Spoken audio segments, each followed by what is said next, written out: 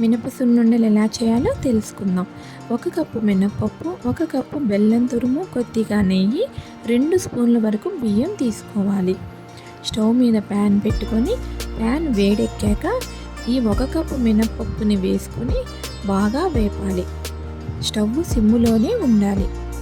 ఇవి కొద్దిగా వేగాక 2 స్పూన్ల వరకు బియ్యం వేసుకొని అవి కూడా కలిపి బాగా వేపాలి.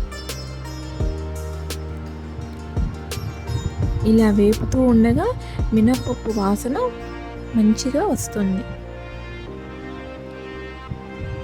ఇలా చూపించిన విధంగా ఎర్రగా మినపప్పు వేగాలి. ఇలా వేగాక స్టవ్ ఆఫ్ చేసుకొని అవి బాగా చల్లారనివ్వండి.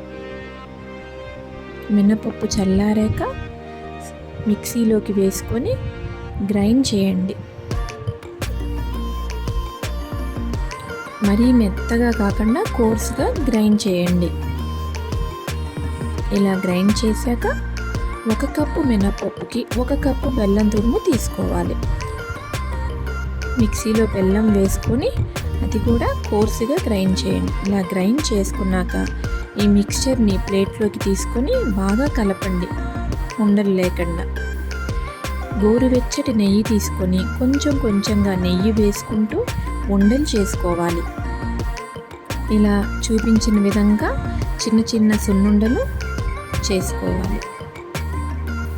ఈ సున్నుండలు తినడం వల్ల ఎముకలకి చాలా బలాన్ని ఇస్తుంది.